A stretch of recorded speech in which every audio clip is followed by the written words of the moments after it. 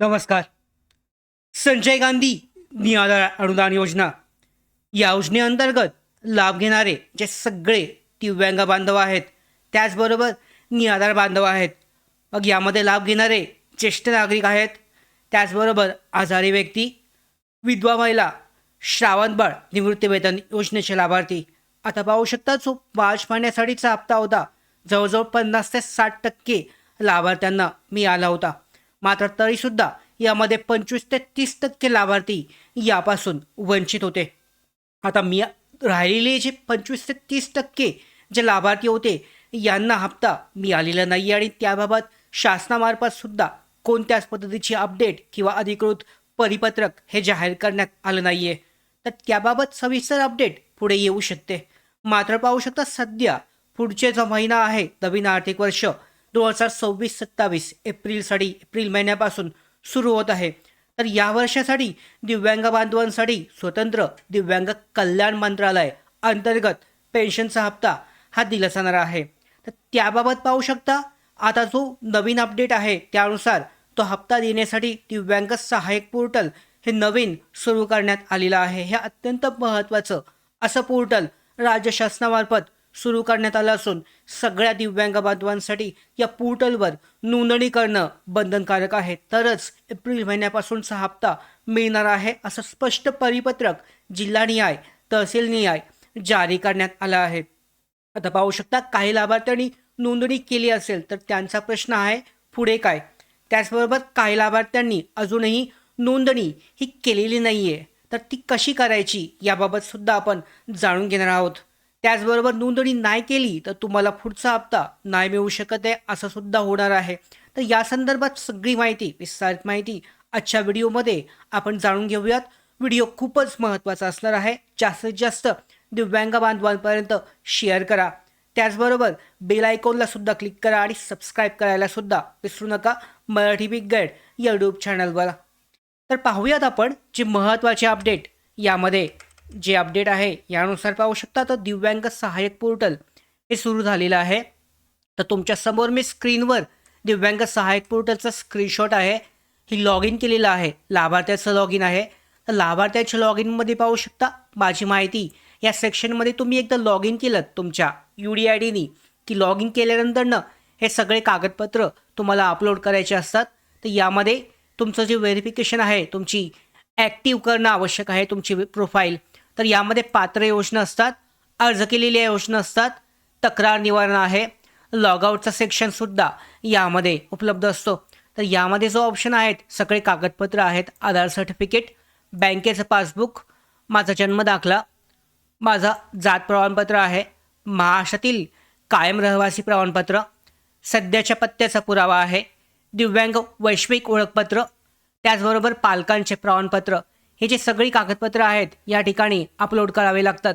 पाहिलं असेल तुम्ही, या ठिकाणी अपलोड करावे लागतात. तर यामध्ये तुम्ही जर सगळं दिव्यांग सहाय्यक पोर्टलवर केलं असेल नोंदणी, तर ही किती महत्त्वाची आहे हे जाणून घेऊयात. वेबसाईटवर कशा पद्धतीने रजिस्ट्रेशन करायचं हे सुद्धा शेवटी आपण जाणून घेणार आहोत. तर यामध्ये महाराष्ट्रातील दिव्यांग व्यक्तींसाठी दिव्यांग सहाय्यक पोर्टल एक महत्त्वपूर्ण ऑनलाईन प्लॅटफॉर्म आहे, जो विविध सरकारी योजनांचा लाभ घेण्यासाठी नोंदणी आणि सत्यापनाची सुविधा प्रदान करतो.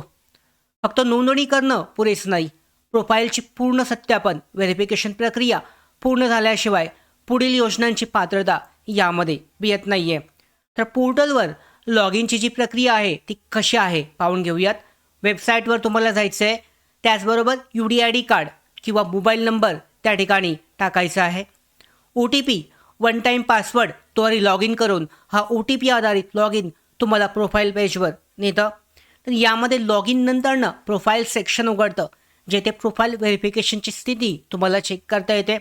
प्रोफाईल व्हेरिफिकेशन झाल्यानंतरनं पाहू शकता, सत्यापन न केल्यास तुमची नोंदणी पूर्ण होत नाही आहे. त्यामुळे व्हेरिफिकेशन हे करणं आवश्यक आहे. व्हेरिफिकेशन कसं करायचं हा ऑप्शन मी दाखवणार आहे. तर यामध्ये नाव असेल, नावाच्या शेजारी व्हेरीफाय बटन हे दिसणं आवश्यक आहे, ग्रीन बटन दिसेल.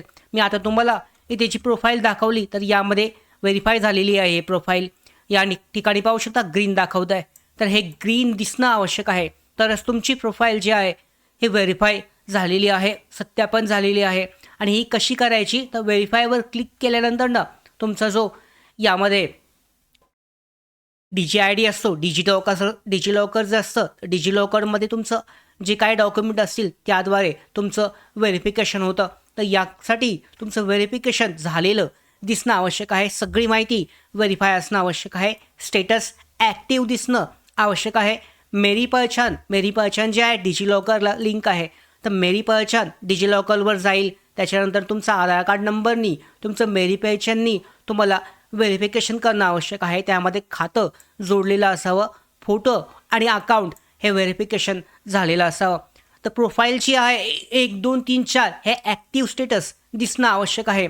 मेरी पहचानद्वारे संलग्न खातं जे आहे तुम्ही करू शकता डिजिलॉकरद्वारे. तर काय करायचं आहे तुम्हाला, या ठिकाणी वेबसाईट पाहू शकता. तुम्ही लॉग इन केल्यानंतर ही जी वेबसाईट आहे अशा पद्धतीने हा प्रोफाईल सेक्शन आहे या ठिकाणी. तर प्रोफाईल सेक्शनमध्ये इथं दिसतंय तुम्हाला सगळी माहिती. तर इथे लॉगआउट केल्यानंतर इथे जो ऑप्शन आहे व्हेरिफिकेशनसाठीचा हा व्हेरीफाय पाहू शकता.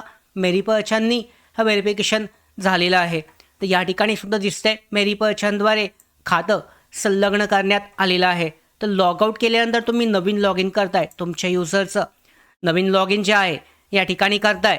तर इथे पाहू शकता लॉग इन केल्यानंतरनं व्हेरिफिकेशनसाठी मेरी पहचान डिजिलॉकरद्वारे जाईल. या ठिकाणी प्रोफाईल उघडायची आहे.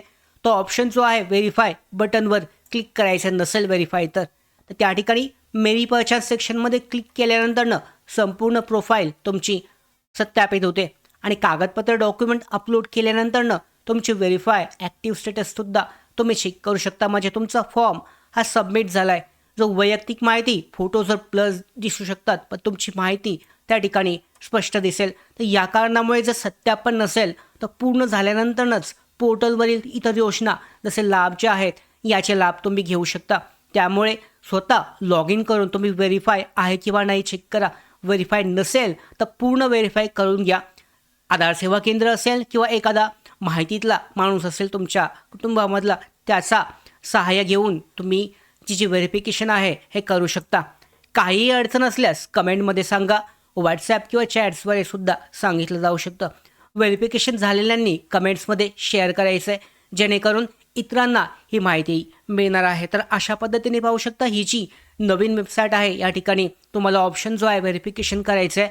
त्याच्यानंतरनं डॉक्युमेंट अपलोड केल्यानंतरनं तुम्हाला जर डॉक्युमेंट तुमची स्थिती जी आहे ॲप्रूव्ड असेल तर इथे ग्रीन दिसेल. आता या ठिकाणी डॉक्युमेंट अपलोड केलेत तर इथे प्रलंबित दिसतंय. इथे जो ऑप्शन आहे तुम्ही PDF किंवा JPG फॉर्मॅटमध्ये तुमचं डॉक्युमेंट अपलोड करू शकता. जे डॉक्युमेंट भरलेले नाही आहेत त्या ठिकाणी गहाळ असं दिसतंय. तर ही माहिती तुम्ही चेक करू शकता. तर अशा पद्धतीने दिव्यांग सहाय्यक पोर्टल हे सुरू झालं असून लॉग इन करून तुमची महत्त्वाची माहिती यामध्ये भरू शकता. खूपच महत्त्वाचं असणारं हे दिव्यांग पोर्टल जे आहे दिव्यांग सहाय्यक पोर्टल लॉन्च करण्यात आलं असून या अंतर्गत या पुढच्या ज्या सगळ्या योजना आहेत दिव्यांग बांधवांसाठीच्या मग निराधार योजना असेल किंवा इतर योजना असतील या सगळ्या योजनांचा लाभ या अंतर्गतच मिळणार आहे. पुढच्या सगळ्या अशाच महत्त्वाच्या ज्या अपडेट आहेत त्यासुद्धा दिव्यांग सहाय्यक पोर्टलवर जारी केल्या जाणार आहेत. मग तो शासन निर्णय असेल किंवा यानंतरची पेन्शन असेल याबाबतच्या सगळ्या अपडेट. त्याचबरोबर शेवटचा आपला असा प्रश्न होता की 5 महिन्यासाठीची जी पेन्शन आहे हे अद्यापही काही लाभार्थ्यांना आली नाही आहे. तर पुढच्या आठवड्यात अपेक्षित आहे शासनाकडून काहीतरी उत्तर येईल किंवा ज्या लाभार्थ्यांना सांगण्यात आलं होतं तहसील कार्यालयातून त्यांना पुढच्या महिन्यामध्ये हा लाभ जमा होऊ शकतो. या संदर्भात जी काही पुढची महत्त्वाची अपडेट येईल ते मिळवण्यासाठी मराठी बिग गाईड यूट्यूब चॅनलला सबस्क्राईब करा. धन्यवाद.